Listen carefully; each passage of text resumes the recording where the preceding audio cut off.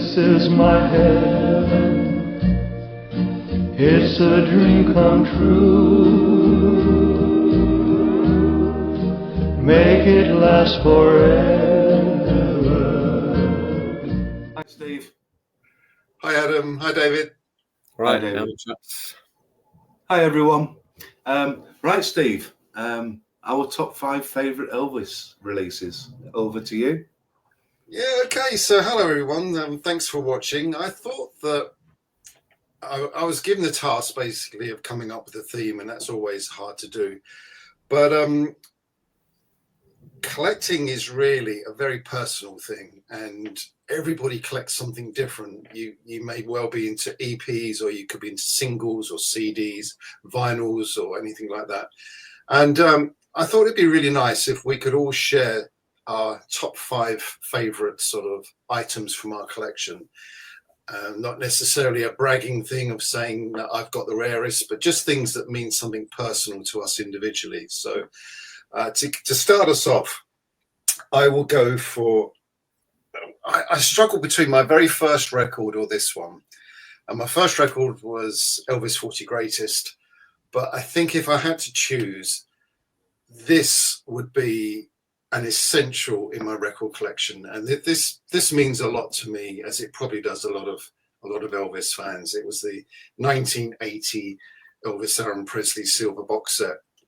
Now, when this came out, I was just finishing school and I couldn't afford it. It was about £20, something like that, if I remember, in the UK. And that probably equates, if you try to convert it, it would probably be about £200 now, if you could sort of look at the days when this first came out at £20. So I couldn't afford that. That was a long way off, but it looked absolutely stunning. So I got a paper round.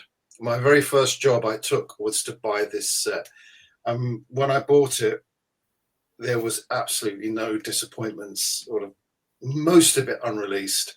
It's probably, I would still say, the best individual release that RCA have ever done.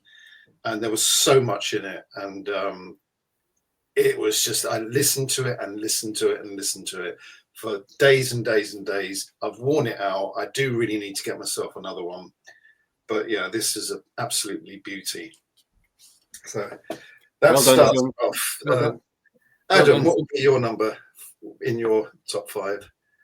In my top 5, I'll just say I could have so easily picked that box set. And like you, I was a similar age. I can't remember. I used to walk to school and walk to work, and someone had it in a shop window. And it was torture because I could never afford it at the time. I mean, I own, what was it, 8LP? Yeah. I own it on vinyl. I've got the cassette edition. I've got the CD edition, just because it brings back so many memories. And the music on it was just awesome at the time. It's still awesome now. The cassette's actually got some rarities on it, different from the LPs. Oh, really? Yeah, I'm not sure exactly what they are. I can't remember, but I know there's a few things on there that are unusual. Okay. Yeah, I'm not sure if there's some extended mixes and things on there. And I must admit, that's one of the things I'm going to do at some point, is transfer it, the cassettes to audio, to digital sound, and have a play with them. But yeah, well, cracking first choice. I'm glad I didn't pick it because you presented it so well, Steve. Okay. For me, I go back to the beginning. 52 years ago, playing the first single, 78 RPM. I know it's in the wrong sleeve, but I wanted to put in something of the era. There's quite a few reasons here. Don't Be Cruel. What a song. And Hound Dog. I mean, how can you beat them as a single? Both absolutely amazing for different reasons. Like I say, it was the first thing. It was the thing that got me into Elvis in the first place. But I only learned this when I got into my teenage years or so, but it's a bit of an oddity because my first singles and EPs were all Belgium and German. So I was playing rare stuff really in UK terms. And the story behind this is my dad did national service in Germany at the same time Elvis was in Germany.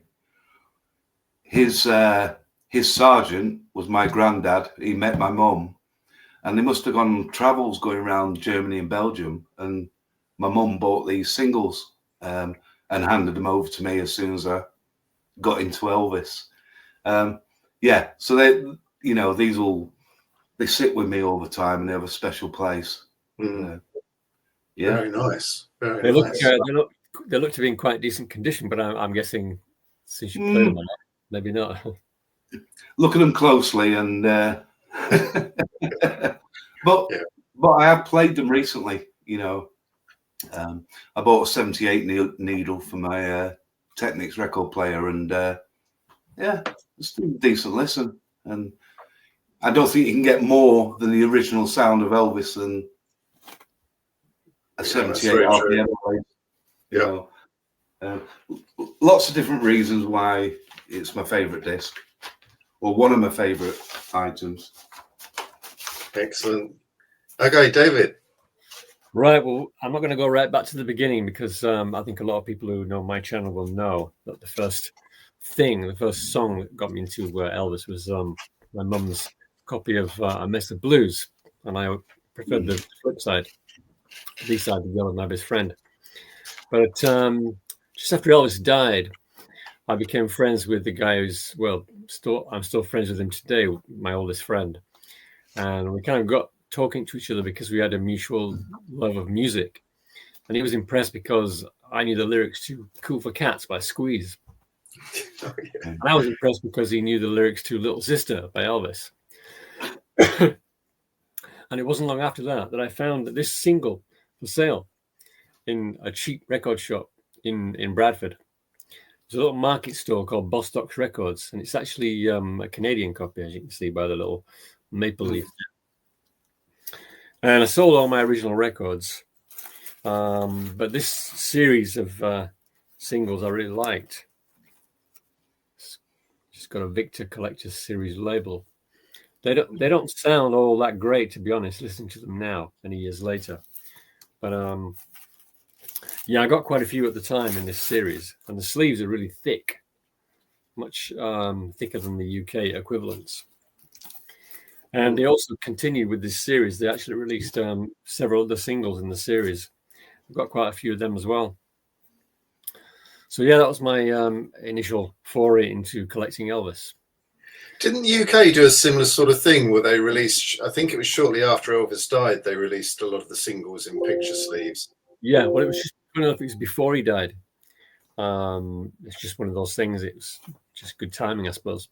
Yeah, they are the same singles. So in Canada, they released the same singles, 16, wasn't it? 16 number ones that he had at the time. Same sleeve designs, but they're really thick card. Okay. Yeah, but as I say, they carried on the series with a lot of other like number 2 hits, like Hound Dog and stuff like that. Yeah. Okay, cool, excellent. That's exciting first round. So I'll kick off with round 4 out of 5. This is very special to me personally. It's not all that rare. It was when it first came out. It's very hard to get hold of, and it's this single that I got when I went to Memphis for the very first and only time. I was part of the UK fan club in 1982. Going out, there's about 360 of us. And on the 16th of August, this is the commemorative single of An American Trilogy, and on the other side, The Impossible Dream. And if you went to Tupelo, it was handed out as you walk through the birthplace. And it says on there, not for sale. It's probably quite easy to get hold of now on the on the internet. But at the time, as I say, it was very sought after when we got back. We was given more than one. As a fan club, we was given a few of these, and it just holds a very special place in my heart. As I say, not because it's rare anymore, but just because I'm just love to have it. It reminds me, when I look at it, of the day of the time when I went to Memphis for my first and only time. I'd love to go back, but cost and family make it a little bit difficult these days. So what's on it then, Steve? I couldn't quite make out the tracks. It's an American Trilogy and Impossible Dream. Right. And the version of an American Trilogy is the one, I believe it's the version that they took from This Is Elvis, that has a slightly different orchestral effect, and recorded in Hampton Roads, I believe. So yeah, that's my number 4. And what color label is it? It kind of looks is it like a gold colored label? It's I'll take it out again. Yeah. It's sort of like gold with green lettering. Yeah. Nice. And the other side. There we go. So yeah, Joan Deary kind of produced that one and put that one out as a commemorative purely for Tupelo, Mississippi. So you couldn't get it any other way apart from going through the birthplace. Mm-hmm. Adam? Yeah, I think they've all been good selections so far, good tracks. I think Joan was involved in the Silver box set as well, wasn't she? Yeah, she was. Yeah, her baby. Yeah. Yeah, she kicked it all off really for us, didn't she? Mm. You know, moving on to the Follow That Dream label and everything. My next item, sticking with my childhood a little bit really, and also just a classic performance and a classic release from Elvis. And we're talking about the TV special. Comeback special. That's a Japanese vinyl. And then we had the superb DVD set, which, you know, was amazing, really. Love to have an on tour like the Aloha in the 68. But it was this item, which, let's see if we can move in, is my first cassette I ever had. 68 special. Christian at Beat Up would be really proud of me here, because this is a proper used and worn condition. Yeah, what can you say? I mean, I got a little cassette player, portable cassette player in the late 70s, and this just used to sit on it day and night. It went in the car when I got a car, and tape stereo. It sits in a drawer next to me. It's something that's lived with me ever since the day it was gifted it was probably a birthday present, really. But yeah, just another favourite period and favourite item that I own. Yeah, I went through a cassette phase as well. I think I was buying LPs and cassettes at the same time. Depending on the release, I would choose one or the other. Yeah. Well, at the time, this was before CDs. If you had a Walkman, you could walk around and listen to music on the beach or as you walk the streets. Obviously, you couldn't put an LP on. So it's either an LP or cassette. I think that's probably why we doubled up on the same things, because I did the same. And it's like the Elvis Aron box set. I got to a point where a friend of my mum's had the box set, and he lent it me, and I put it on tape. And the first few years I spent just listening on the Walkman to it. So the cassettes have a special place, don't they?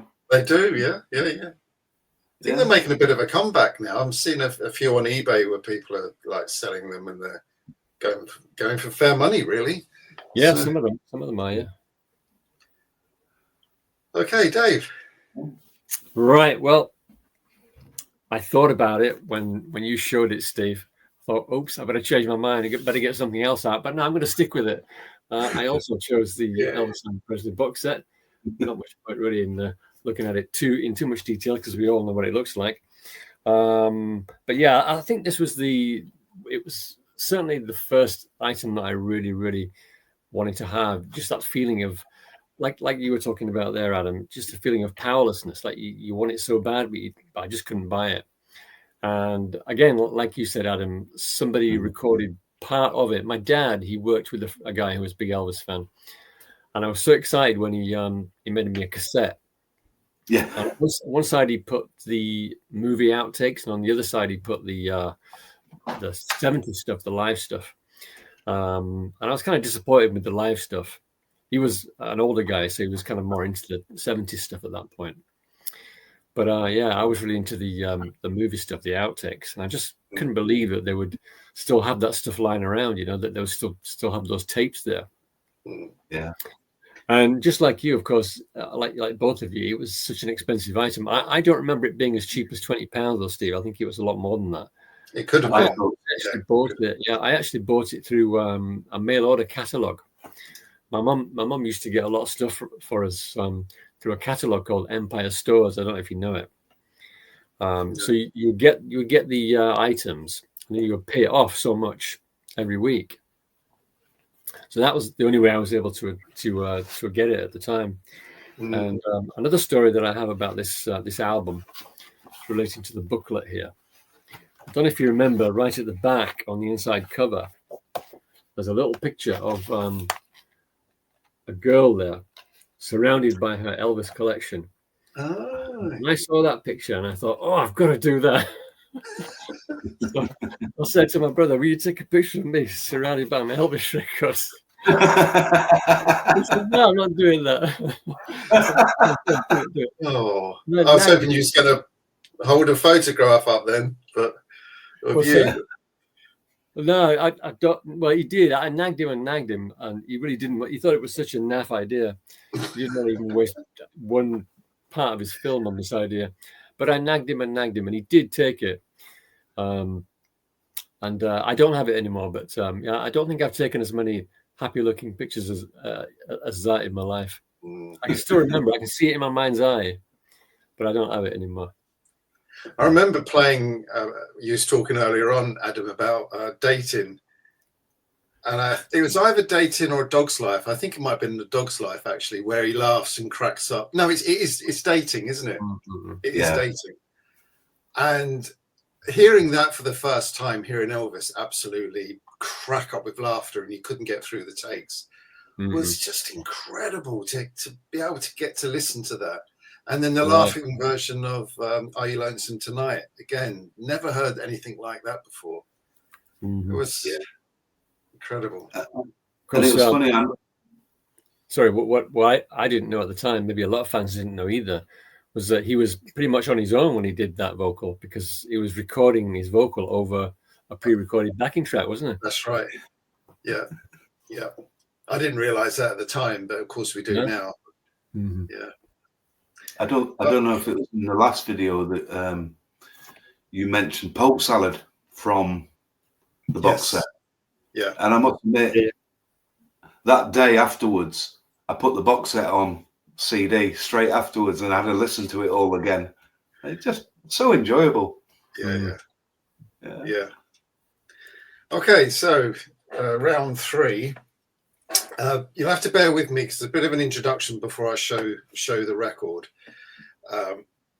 Sort of around about the 90s when we all started moving over to CDs, I stopped collecting LPs. My record player died, but that was fine. I kept with my CDs and stayed with my CDs to the point where probably only about 4 years ago I was prepared to sell all my vinyl. I couldn't play them. I started to get into this, the collectors group, as you know, Adam, and I started to sort of try and sell off my vinyls to buy some FDD book CDs. And I remember one time Eddie said, "You'll regret it." And I thought, no, I won't. No, not at all. I want to get, there's certain things I want to buy. But some people started buying my vinyls, and I started to post them out and feel sick as I was doing it. But I thought, what's the point? Because I can't play them. Well, unfortunately, around about the time my mum became very unwell and she had a stroke, and bless her, passed away. And I said to myself, I'm going to buy myself a sound system. And Adam helped me with this. Around about the same time as I was looking for a whole new vinyl system, LPs, record player and amplifier, speakers, CD player, all around about that time, this came on to the market. And right. That's quite recent, isn't it? It is quite recent, isn't it? Yeah. So this became the first LP that I purchased since the 90s when I stopped. It's always been a favorite LP of mine anyway, but this holds really special sort of memories to me, even though it's so recent. It's because it's part of my mum. It's my first record back since collecting, and it sounds so incredible. Yeah. It's I think it's got to be, I would put my head out to say it's probably the nicest sounding vinyl that I own. It's beautiful production, and I know some people don't like it, but for me this had to come in my top list because it means so much that this was my first record back into vinyl collecting. And I've really enjoy my collecting vinyl now more than I ever have done in those years before. So yeah, that's my number 3. Were you lucky enough to get one that wasn't warped? Because I know some people. Yeah. Yes, I was, but that was a concern because I saw those reviews as well. But mine's perfect. It's no problem at all. Well, there's probably a reason why I won't buy it, and it's because I have this is the original one. Yeah. The made in Japan one. That's a 2 LP set, though, isn't it? That one that you have. Yes. The 45 RPM. Just one single LP. Yeah. And that album so nearly made a 5. You know, again, just for a lot of special reasons. I used to have an uncle who, while I was still finding all the Elvis albums, he used to tape them all for me, all the originals, and that was one of them. And every time he came down to visit, he'd come down with a big bag full of cassettes that he'd made for me. Elvis in Memphis, on stage, in person. It just helped me along, you know. Yeah. It also has my all-time favorite Elvis song, which is "Gentle on My Mind" on it. So. Oh yeah, that's one of my top ones too. Yeah. Okay, Adam. Brilliant. Number 3. Yeah, number 3. Okay. We're on a bit of a musical tour as well here with me.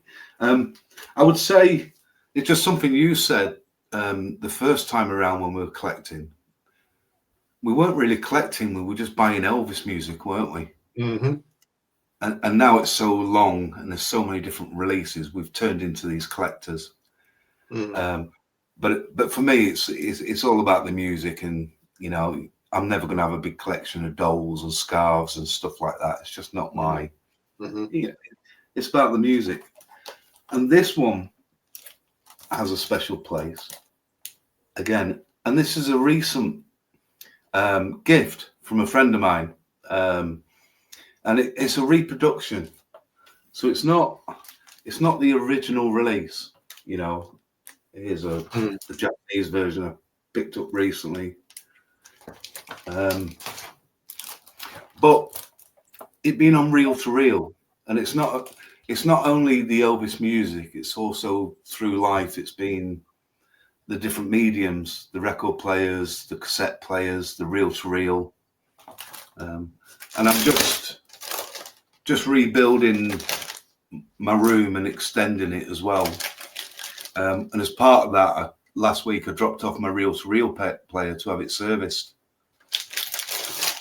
so I can give this a proper outing. But the first time I had this was on cassette, and it wasn't my favourite album. I preferred the earlier gospel album, His Hand in Mine. But but over the years, it's grown on me more and more and more. And I'd say I love it equally now. But what a great job someone's done of doing this. I can't wait to play that and a few other Elvis reel-to-reels I have. I just hope it's got how to get that on there and not some guy singing karaoke or something. Yeah, no, it should be the album. And something else that I picked up actually last week from Chris Giles, and I've just borrowed this, but it's an original reel-to-reel catalogue from RCA. So it lists all their releases at the time, but right at the back you've got the Elvis section, and I'll see if I can show that a bit better. Might be hard to read, but you've got Blue Hawaii, Gold Records Volume 3, Elvis is Back, Fun in Acapulco, GI Blues, Girls, Girls, Girls, It Happened at the World's Fair, and Potluck. So I would, there's no date on it, but I'm thinking around about 71 on this. We'll work it out from the, you could probably work it out from the other releases, other artists. Yeah, if I start searching the catalogue numbers, it was this was thrown in very last minute today, thinking, oh, I'll show that. Yeah. So that How Great Thou Art reel-to-reel that you just showed, is that an original from Japan? Or the LP? No, the tape, the reel-to-reel tape. Is that an original? No, I guess it's almost like a bootleg. It's a reproduction number, but to have it brand new and not a crumbly 7.5 IPS or something. So yeah, so that's going to be. But it was just a nice item to be gifted with that I wasn't expecting. Yeah, and it just goes with what I thought about this album over the years. I've never seen a Japanese Elvis reel-to-reel, so I'm not sure that they actually exist.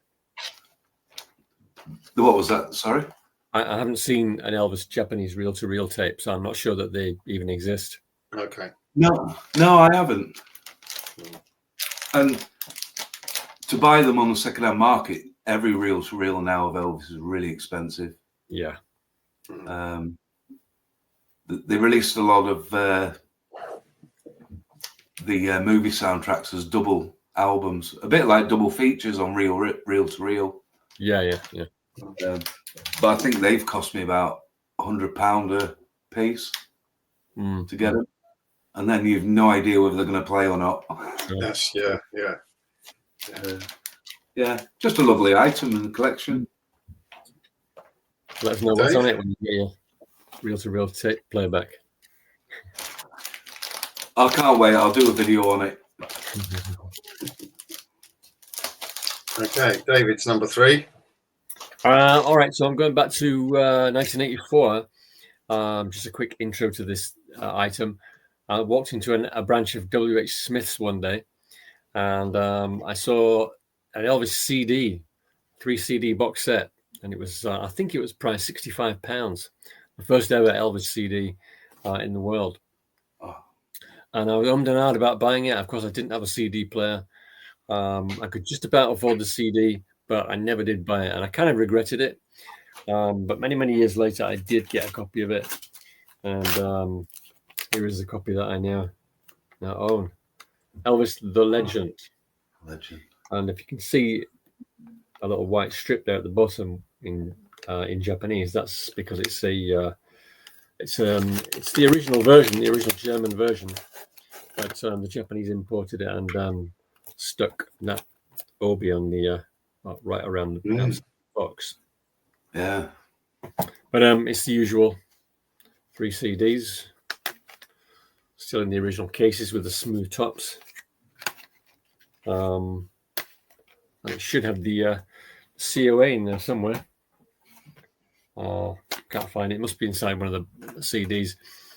So yeah, this was on my wants list for many years, and funnily enough, I found it over here, not in the UK. That's Limited excellent. edition of 5,000. You can still pick this up. You can still find it on eBay, but they're not that cheap, which is fair enough considering they are the first ever Elvis CDs. I believe they released all the 3 CDs separately. Elvis the Collection, I think it was called, volumes 1, 2, and 3, with different sleeves. Right. But yeah, really glad to have that one. You've reminded me of something I've always regretted, David. What's that? Well, when I actually got into CDs and I started buying them and collecting them all up, I had a lot of the very first CDs that were released. Yeah. And I gave them all away. Mm. I gave them all away to a friend thinking, well, they've re-released it and the audio on early CDs wasn't the best. Mm-hmm. They were still learning, weren't they, with the technology and the mastering and things. And I went and gave them all away to a friend, and I don't have the nerve to go to him and go, can I have all them back? He might see this video and feel sorry for you. Yeah. Okay. So to my number, what are we on, 4? 4, yeah. This is an album that I saw once in a book, probably in the late 70s. It was a magazine that came out somewhere up in the loft, and I didn't really have the heart to go up and dig it out. But it was within that magazine there was a photograph of some rare records, and one of them struck me as I looked at it as a teenager. And I sort of thought to myself, I'm going to buy that one day, but I never really thought I would. And in those days before the internet, finding rare records was 100 times harder than it is now. The internet has opened up the world to us, and finding these rare albums are a lot easier. But this album was that record that I saw advertised in this as one of the rarest records you could get at the time. Don't quite believe that. I think it's probably it's rare, but it's not the rarest. There's certainly things that are harder to get than this. But I just loved it. I love the design. I love the soundtrack, and I promised myself one day I will get it. And that's why it's so personal, because I did get it. Not that long ago, actually. I was able to acquire this probably last year. Oh, that's the back. This is the Australian version. There's also a New Zealand pressing, which part of me would like to get. It's rarer, but I keep having to say to myself, is it really necessary to splash out when I already have it, just because it's from a different country? But yeah, easy come, easy go. Beautiful cover. And one of my favorite pieces that I've got. Very proud of this. Love to have it in my collection. Yeah, I've got a counterfeit version. Well, it's not quite a counterfeit. It's a bootleg, I suppose you'd say. It's clearly not RCA because it's got a different record label on the cover as well. But apart from the record label, the cover and everything else is the same. But I wanted to ask you, do you have the stereo one there, or is it the mono one? Stereo. Right, okay. So is that the Easy Come Easy Go soundtrack? Is it genuine stereo or is it reprocessed? Have you played it yet? Yes, I have played it. I think it's. I haven't thought about that question. I think it's. It sounds to be genuine. It's not as good quality as the FTD release a few years back, but it's still. It seems genuinely stereo to me, but it is a good question. Right. Maybe other people in watching would be able to clarify that for us, because I'll be totally honest, I don't know. Yeah, I mean, if you listen to it again with that in mind, you'd be able to tell straight away. I asked because the Easy Come Easy Go stuff, it wasn't available in proper stereo on record for ages in many countries, because of course it came out on the EP, didn't it? And of course in Britain we had 4-track EP and the single. But then when they reissued all those songs, they came out on Camdens, didn't they? Yes. And the Camden versions were all in mono. And I wasn't really aware of this until I got an LP, a Brazilian LP, which I've still got. And one of its selling points was the fact that it has the Easy Come Easy Go soundtrack on one side in stereo, in true stereo. And indeed it does. But it was only when I saw that album back in the early 80s that I realized, oh, yeah, you can't really get Easy Come Easy Go in stereo. So I was kind of curious about that. I'm going to give that a listen to now. Yeah. Well, not now, but when this is finished, I'm going to go down and stick this on. But, Yeah, that's nice. Yeah, so it's very interesting. I don't know. To me, it sounded genuinely stereo to my ears because that repossessed stereo has a very distinct sound to it, doesn't it? Right. And I didn't really pick that up when I was listening to it, that it sounded like that. I remember Elvis Gold Records Volume 2, where it just had Elvis's face from the '68 special. Great cover, but the sound was absolutely shocking because that was that repossessed fake stereo. So it didn't sound anything like that. What I remember. But it could be mono, because if it were mono, you wouldn't really notice anything odd about it. No, it's definitely a stereo, a stereo pressing. It says that on the actual. Yeah. But I'm just wondering it just says stereo. It doesn't say reproduce stereo. It just says stereo. I'm just wondering. It might say stereo, but it might be mono. Because I'm just wondering, why would the Australians get the stereo masters from? Well, a copy of the stereo masters from RCA in America. That's really it's a very good point, Dave. Very good point. Could you remind us what's on the other side, on the other 6? Yeah, the other 6 songs. So I'll take the. It's a fascinating album, that one. So on side 2, you've got songs from Blue Hawaii, GI Blues, and Fun in Acapulco. So Tonight Is So Right for Love, GI Blues, Bossa Nova Baby, Dinero y Amor, however you say that, Moonlight Swim, Can't Help Falling in Love. Brilliant stuff. And there you can see the mono and stereo versions that are available. Normally it comes with like a wraparound piece of tape either at the top or the bottom that says stereo or mono. Oh yeah. Mine didn't have that on. I know what you mean, yeah. Nice one. It's interesting how many tracks weren't released in stereo until quite a lot later, isn't it? Yeah, I think mainly soundtracks, weren't there? Like Kid Galahad, Viva Las Vegas, that kind of stuff, Full of That Dream. Even Kentucky Rain, it didn't come out as a stereo until I think Elvis had passed. Yeah, because it was a single, wasn't it? Yeah. Maybe Suspicious Minds as well, because if you remember that album that came out in, what was it, about 80, 82? It was called The Sound of Your Cry in Britain. That had the stereo version of Suspicious Minds on it. Yeah, Great Hits Volume 1 in the US, wasn't it? Great Hits Volume 1, yeah. That's another great album. Adam, what's your number 4? It's my go. This is a fairly recent buy, but it's been with me in my mind for a long time. I did a video on this recently, and I just did a whole little journey video and unboxing and everything. And when was it? 2001. So I went back to my local little record dealer.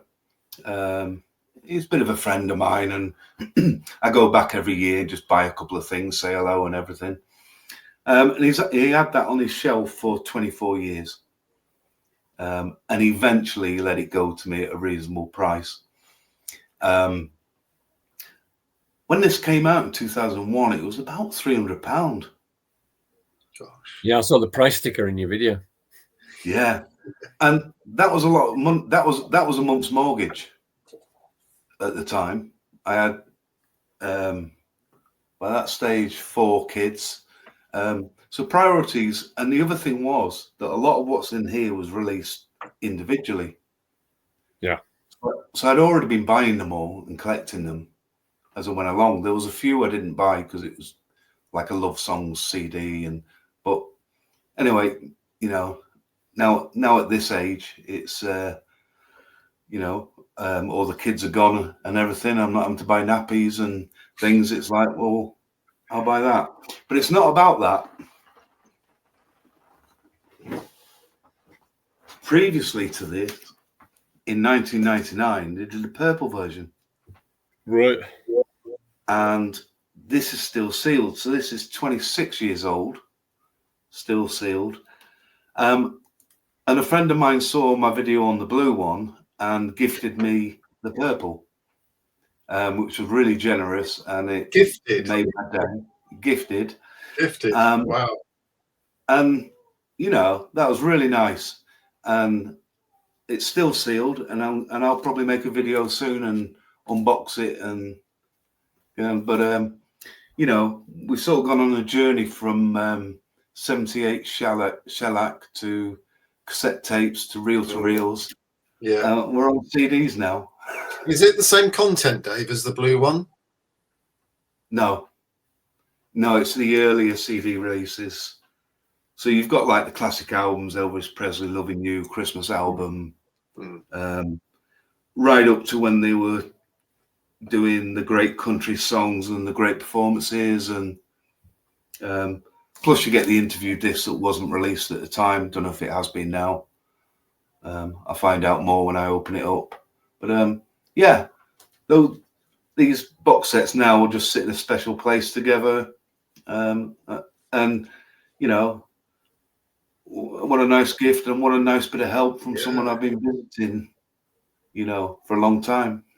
I must admit, I got both of those a few years ago, maybe about 10, 15 years ago now. And I liked the boxes, but I wasn't bothered about the CDs because I had them all anyway, right? Yeah. So I got rid of I let the CDs go, but I kept the boxes. So I've got my own CDs in there now. Yeah. What I liked about it was all the CDs are brand new again. So where I've had some over the years and it's been in the car and the cases are cracked and the discs are scratched, it's like, yeah.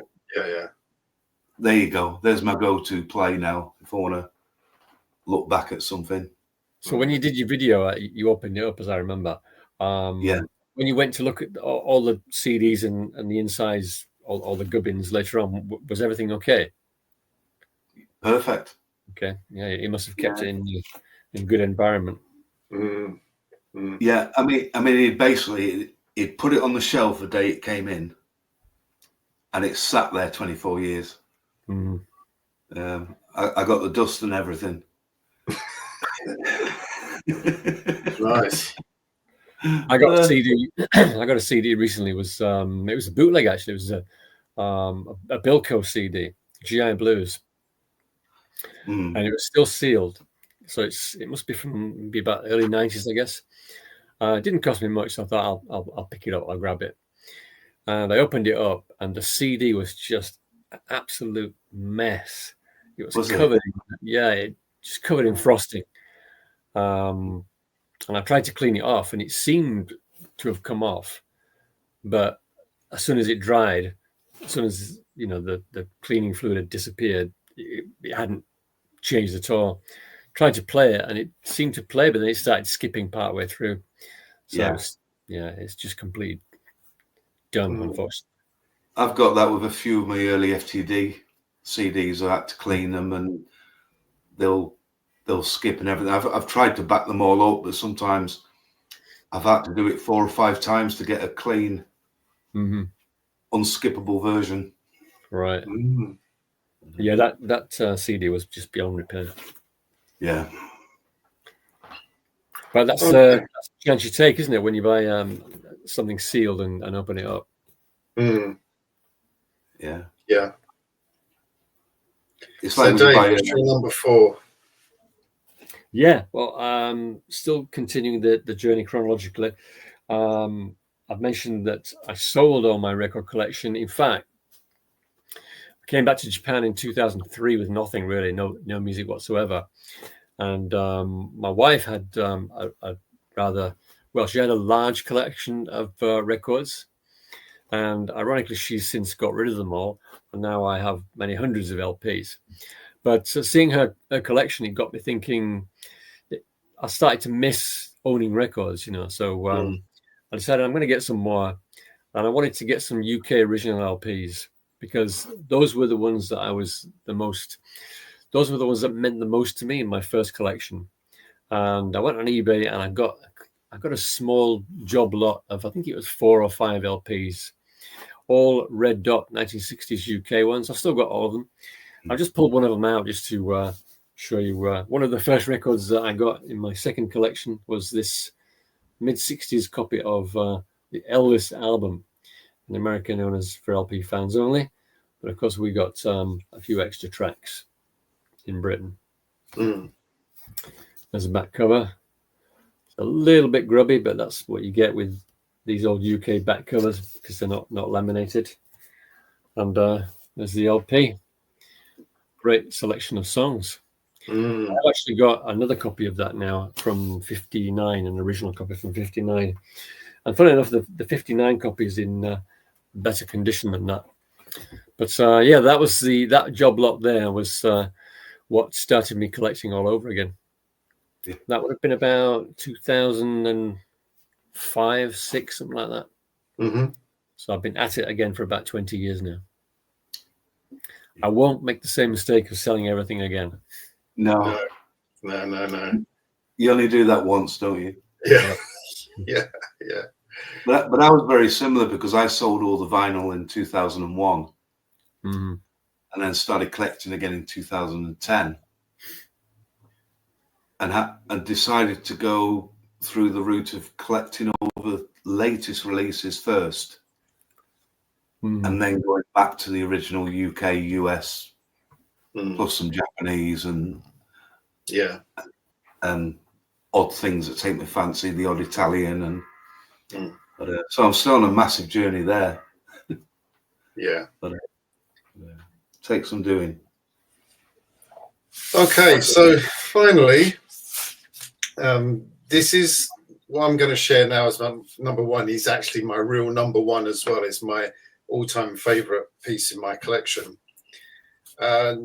Again, quite recent history, but when I became a member of the collectors group, I started to see records that I'd never seen before because I kind of came out of the loop for quite a while. And then going back into it and starting to see people post these records, I was like, I've never seen that before. And one of them was the New Zealand Christmas album. And it was one of those things where it had a massive impact. As soon as I saw it, I thought that's probably one of the most beautiful covers I think I've ever seen on an Elvis record. It's very ironic because it's New Zealand and it's all about Christmas, but I've got this beautiful snowy scene with a choir here. Reality, December, New Zealand, they're going to be in swimming costumes, but there we go. Anyway, that's the way it is. There's a friend that I have, dear friend of mine called Paul Higgins, and I got friends with him through the collectors group. And I just reached out to him one day and said, "This is the record this is my personal holy grail. I want this more than a son. I want this more than any other record. For some reason, I've become addicted about buying this." And he pulled one out. He'd got one himself. And I felt like being sick. I thought, I don't believe this. He's got one. And it got to a point where he was almost prepared to sell me his copy. 60th birthday came up. That was it. I was going to buy his copy for my 60th birthday. But he bless him, he just couldn't let go. At the last minute, he changed his mind. Well, cutting long story short, very soon afterwards, he goes into a charity shop in New Zealand. Just curiosity brought him in there. He looks at the record selection. There's quite a lot of good Elvis stuff in there. And then the last record he pulls out is this record, this very one here. He purchased it in this gift shop, charity shop, for the equivalent of probably £15. Wow. He kind of kept a straight face, played it out to this person. It's not worth that much, you know. So he got it down to about 15 quid. So yes, he sold it to me, and that is how I managed to eventually get hold of a copy. But it's my pride and joy. I love it. I love the cover. It makes me happy. I just have it out all the time just to look at it. It's one of those I just love to see. So that's my 4 list over and done with. Yeah, I've never seen that one in the flesh. Yeah, and it's such a special album, isn't it? And I knew you were going to show that. I had this feeling because it was so difficult to take my US copy of the album out of this 5. But I kept a few to the side because I thought someone else was going to show those, like Back in Memphis Christmas album. They've got to hit, and I wish I thought it's so predictable. It's a 62 pressing, so there's 4 pressings. There's a 57, a 59, a 62, and a 66 or 67. Oh, how can you identify how do you identify the different versions? What's the? It's all like the same as the UK. It's all about the label design. Right. When I got this, there were many people that told me that it's a 57 pressing, but I knew for a fact that it wasn't, because if you look at other pressings of a similar age, those are not LPs though, are they? They're not. They're reproduction EPs that I picked up last week. Yeah. And I just looked at them and thought, I can't leave them on the shelf. No, they are beautiful, aren't they? They are beautiful. And I believe, they even paid the rights for the release of these, and not just bootlegs, if you know what I mean. Yeah. But I'm so glad you showed that album, because it's one of my favorite albums of all time, regardless of what cover it's in. Yeah. So I might send it up to you one day to get it properly cleaned in your special record cleaning machine. Yeah, that's all part of the new room. I'm really going to town on it. So what's your number 1 day, Adam? Mine is, it's hard to pin it down to an exact, so it's more of a collection. And it's a series. It's the Elvis Session series. And this is Viva Las Vegas, which was the first one. Mm-hmm. And the latest one that we've got is Aron. And being an Elvis music fan above everything, it's just perfect. It's just what I want.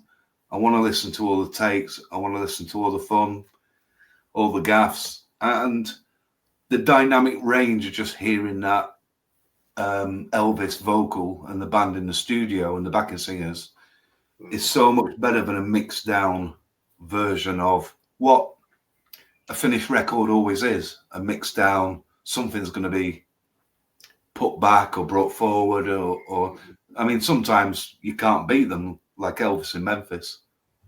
The original production just wants leaving alone on that one. But just to hear those sessions like that, and they're just my favorite releases now. Yeah. Quite an easy, simple one. I thought, to be honest, though, Adam, you was going to show your Beauty 57 original American release. I thought that was going to be your number 1. It could have been. I just, I was trying to avoid repeats. Because you knew I was going to show mine, Yeah, but I mean, really, we could probably carry this series into a part 2, because I've got my US 57 Christmas. I got my first CD that I ever bought in Gracelands, which is the Memphis record. I could just go on forever. Yeah, it's been tricky, isn't it, to just put Very. 5 in. Yeah. And I've loved what we showed. I've loved this, all the variations of stuff that we've all been looking at. I think has been exactly what I was hoping it would be. So it's given us a glimpse of us as personal people and our lives and our journeys, which brings us to Dave, the final number 1. Final countdown. Well, the thing is, I nearly also chose the Sessions series as well. But one of the things that I really treasure is stuff that I get given. So I was looking through some of the stuff that I have been given. So it's kind of, I suppose, number 5 or number 1, whichever way you want to put it, is stuff that I've been given because they're things that you treasure, right? But one thing that I love in particular is discographies. I've been lucky enough to have been given 2 discographies in the past few years. So I'm going to show those. The first one is this Australian discography, A4 size. It's a record discography, by the way. Yeah. And this was given to me by Adrian Payne, the guy who wrote it. And it's signed in there. And I believe all copies have this design here at the front. And he gave me copy number 999 of 1000. And he also told me that he gave Lisa Marie a copy. And I think she got number 1 or number 2 or something. But he also gave Lisa Marie a copy. So that's the first one. And you would love this, Adam, because it's not very heavy. I know you don't like heavy books, so you would love this one. Color discography with all the record releases in Australia up to, well, whenever it was published. And another one that I have, this was actually given to me by a viewer. So thank you to a viewer. You know who you are. I really appreciate this one. This is something I'd never even seen before. This is a Spanish discography. It's a little bit heavier than the other one, the Australian one. And it's the same kind of idea. Still not too heavy for you, Adam. It seems that the Spanish took a while to get going with Elvis's releases. But it's all quite nicely organized. Some fairly familiar designs, but there are also quite a lot of unique releases as well. Like that one there, where my fingers are. That's the Golden Records. I do actually have a copy of that. It's not the first album, it's Golden Records. And so on and so forth. I'm going to do a video about this because I was very happy to get this. And I'm going to do a video about this with my very modest Spanish Elvis record collection, but that will be coming hopefully in the near future. Very nice. So that will be my last one. Yeah, just gifts in general, but those 2 I pulled out. It'd be nice to see those videos. Look like 2 good books, and like you say, something you can just pick up and wander around and read instead of having to make an appointment to get it out. Yeah, I love a good discography. There's a couple of discographies that I'm on the lookout for. It must be similar to that book some guy did recently of all the Japanese ones, a discography of all the Japanese records. Don't know anything about that. No, okay, yeah, some random book, yeah, all with Japanese Random records. books. Yeah. By some random dude. Yeah. That's my record stop. This guy. I hear it's quite heavy. I mean, it's brilliant for placing between your vinyl and stopping it all falling all over the place. Right. It's the only thing with the muscles to take the weight of a collection of records. Yeah. You could stop a bullet, could that thing? Yeah, it's a monster. What a relief. Do you know what? I reckon, I know Johnny wanted to be on today and probably Steve too. I reckon we could do a take 2 of this and have 5 more cherished releases. Yeah. In the future. Oh, absolutely. Yeah. I've enjoyed it, and I've enjoyed seeing your collections and stories, and Yeah, definitely. you know, I guess a lot of them are similar for all of us, aren't they? With the releases. Yeah. Yeah, it seems like I guess we're all about the same age as well. That partly accounts for it, but we've kind of gone through similar journeys as far as collection goes. Yeah. And then periods where collecting just wasn't possible for family, having children, and yeah, exactly, yeah, just one job and that kind of stuff. When I didn't collect anything for a good 10 years, where it was just apart from birthdays and Christmas, really. So yeah, me too. Sort of late 90s, I think, to early 2000s. Yeah, so just over 10 years. Yeah, it's just a life journey, isn't it?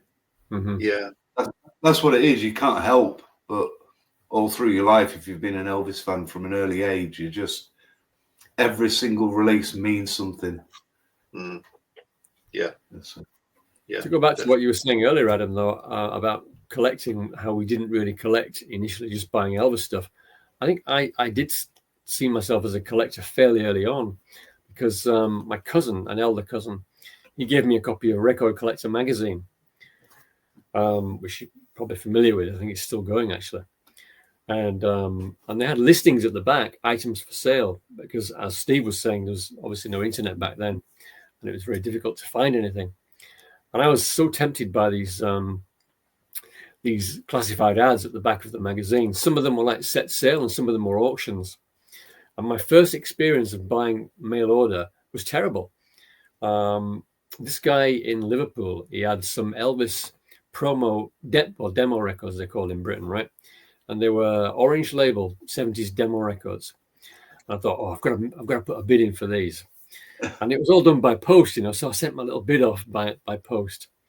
And I remember this advice that I was given, that I'd read somewhere: when you're bidding in an auction, don't bid a round amount, round up a little bit or round down a little bit. So I was like bidding, £15, 17 pence. And so I sent off my bids, and I got a letter back a week or two later saying, yes, congratulations, you've won. Please send me a postal order or a check. So I sent this guy this payment. I didn't get any records. Weeks went by, I never got my records. So I told my stepdad, and he said, well, it just so happens that I know a cop who lives in Liverpool. And so my stepdad's friend, this copper, he actually went round to see this guy.